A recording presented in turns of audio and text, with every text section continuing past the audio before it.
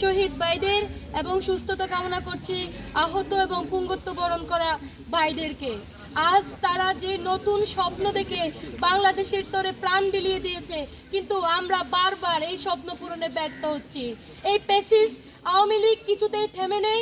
এই জুলাই বিপ্লবকে বিদর্শিত করার জন্য তারা চায় এই জুলাই বিপ্লব যাতে ব্যর্থ হয়। তারা চায় এই জুলাই বিপ্লব যাতে এই ব্যর্থ হয়ে যাতে আমরা সফল হতে না পারি, এই বাংলাদেশ যাতে সংস্কার না হয়। তারাই চায় এই দেশ যাতে সুস্থ না থাকে। তারা চায় আমাদের বাংলাদেশের নারী মেয়েরা যাতে, মা বোনরা যাতে নিরাপদ না থাকে। তারা দিনের পর দিন উচ্ছৃঙ্খল বক্তব্য দিয়ে, তারা দিনের পর দিন বিভিন্ন ফেসবুকে স্ট্যাটাস দিয়ে আমাদের মেয়েদেরকে বুলিং এর শিকার করছে। আজ আমরা মা বোন মেয়েরা নিরাপদ নয়। যেখানে একটি 8 বছরের শিশুও নিরাপদ নয়, সেখানে আজকে আমি আপনি মা বোনেরা কিভাবে নিরাপদ?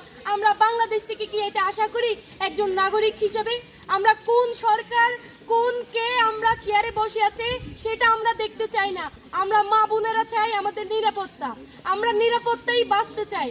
এবং আমি কলেজ প্রশাসনকে সুদৃষ্টিতে দেখার জন্য অনুরোধ করব, আমাদের কলেজ ক্যাম্পাসের নিরাপত্তার সাথে প্রশাসন যাতে জোরদার হয়, কলেজ ক্যাম্পাসে যাতে কোনো অনাকাঙ্ক্ষিত ঘটনা না ঘটে, সেই স্বার্থে কলেজ ক্যাম্পাসে বহিরাগত প্রবেশ না করার জোর দাবি জানাচ্ছি। সেটা যেন আমাদের এই কর্মসূচির মাধ্যমে আমরা খুব সহজে, খুব শীঘ্রই যাতে এই বাস্তবায়ন দেখি। এবং সেই সাথে বলবো, কলেজের আশেপাশে যে অনাকাঙ্ক্ষিত ঘটনাগুলো ঘটছে, এগুলোর জন্য কলেজ প্রশাসনকে আরো সোচ্চার হওয়ার জন্য আমাদের সাধারণ শিক্ষার্থীদের পক্ষ থেকে জোর দাবি জানাচ্ছি।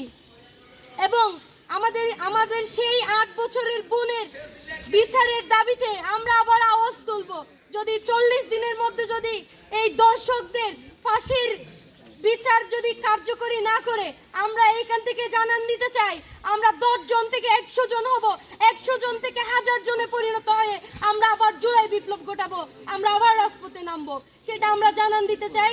আমরা চাই 40 দিনের মধ্যে এই দর্শকদের, এই বিকৃত মন মানসিকতার, এই পুরুষহীন, মনুষ্যত্বহীন পুরুষদের আমরা 40 দিনের মধ্যে বিচার আওতায় আনার, শাস্তি এবং ফাঁসি দেওয়ার জোর দাবি জানিয়ে এখানেই শেষ করছি। ইনকিলাব জিন্দাবাদ, বিপ্লব চলছেই চলবে।